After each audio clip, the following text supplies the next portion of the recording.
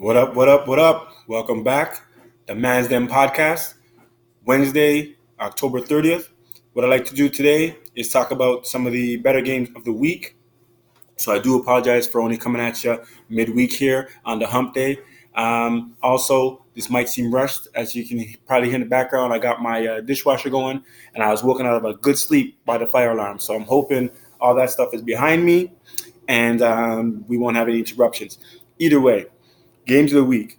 Monday saw the OKC Thunder go to Houston to face Russell Westbrook, which is the first game Westbrook played against his former team. The game pretty much went as expected. Harden dropped a 40 piece. Russell was an assist shy of a triple double. Chris Paul came with 15, 5 and 4, I believe, in a Houston win. But it was close, like I said, about a 4-point game, 116, 112. But it's always nice to see how teams that had some serious player movement or a big addition, or OKC's case, crazy subtraction, losing Paul George, but getting a bunch of assets. But it's nice to see those two teams play. Obviously, the bigger game will be when Westbrook goes back to OKC for the first time. On Tuesday, the big game of the night, for me anyway, was Dallas at Denver. This game was good all the way through. Didn't finish the way I thought it would. I thought that's a game that Denver should have won, being the better team and being at home. But a balanced attack from Dallas um, outlasted them. Luka Doncic with a late layup, put them up three, and Denver didn't have an answer. But Denver had about, I think, 7 or 9 guys, all with 15 points. And that's the kind of depth that they got. So they're going to be right there all year long, I think, because of their depth. Luka and Porzingis didn't have great games, but again, another example where both teams just had a lot of balance and went back and forth. But that was definitely a top game for me. Tonight, again, Wednesday, October 30th, the big game for me tonight is the Bucks going to Boston. This is one of those litmus test games. So obviously, Boston being at home is hoping to show Milwaukee that it has what it takes to compete with them. Especially that Milwaukee eliminated them in the playoffs last year, and I'm sure they want to show that they can compete better against the Bucks without Kyrie. So that'll be a good game to see. Those are two teams that I believe will be in the top four. So it's nice to see how they match up together. The second game of the night. This one's lost a little luster since I picked it, but it's the Clippers versus the Jazz.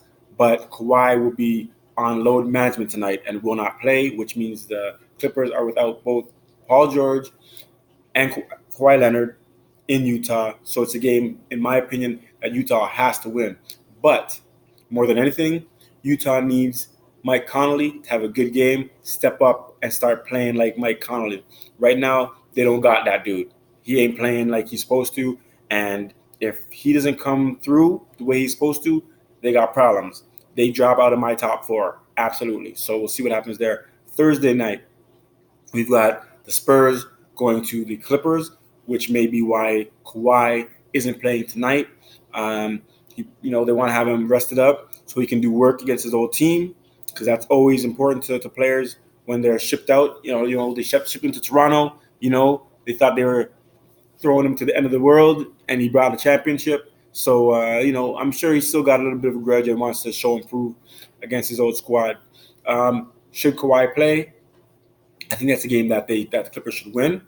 But again, San Antonio is just so well coached. They're so diverse. They've got so many different components and just people ready to step up. The system works, man. So it'll be interesting. Friday, the big game for me is the Lakers traveling to Dallas. And this is a matchup of two of the top tandems in the league, being LeBron James, Anthony Davis, Luka, and Porzingis. It's a good game. It should be a fast-paced game. I think that it's an important game for Dallas just to continue, putting the imprint on the league and letting people know that they're serious and they're really trying to make a run, and not just making the playoffs, but at a higher seeding. they're starting to impress me, and I'm going to give it a couple weeks, but I might have to update my prediction of them just falling out of the 8th spot because they're looking hella good right now, and I think their coach, I think Rick Carlisle is an amazing coach, and he actually has some pieces to work with. So we'll see what's going on with that. I think that game should be close, but definitely should be entertaining. Saturday, big games on Saturday. Toronto going to Milwaukee. So obviously Milwaukee is getting put to the ringer right now with the top fours.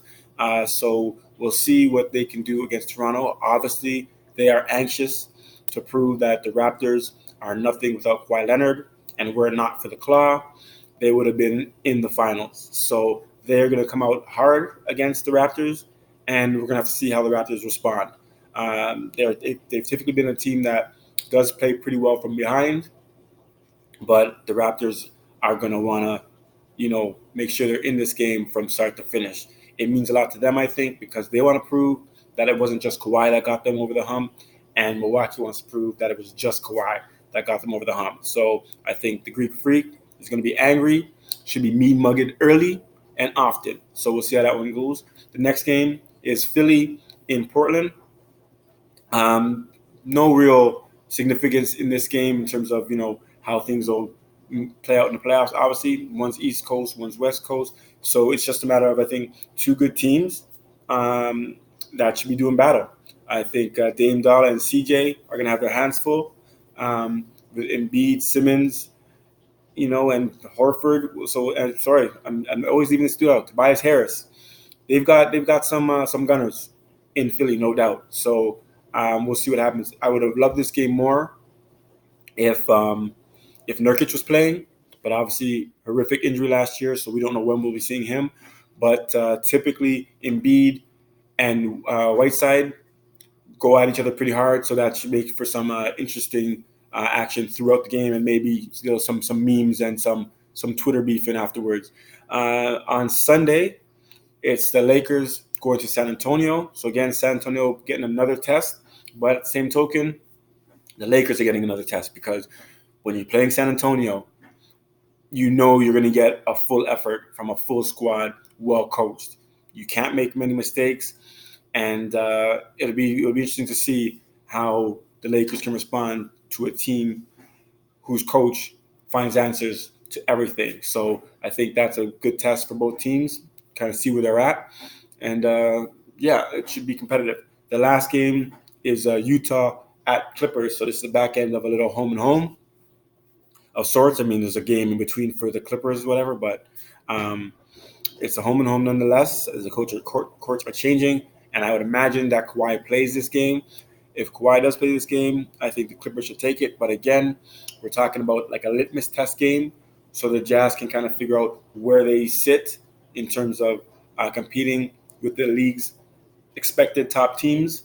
And they would have had seen the Clippers once without Kawhi, and they'll be seeing him for game 2. So we'll see how that one turns out. But those are the games for this week that I think will be most intriguing, hopefully entertaining, and hopefully, we get a couple early season answers. I will just point out, in terms of early season disappointments, I am going with the worst loss of the year so far is the Clippers losing to Phoenix. That's a game that, regardless of who the Clippers had on the floor, they should have won. I say regardless because Kawhi or Paul George on that squad should beat Phoenix. Phoenix is better than last year, and maybe they can handle the Clippers squad without their All-Stars, but Kawhi was there. That's the game they should have won. So of the two LA teams, I say that the Clippers get the first disappointing loss of the year.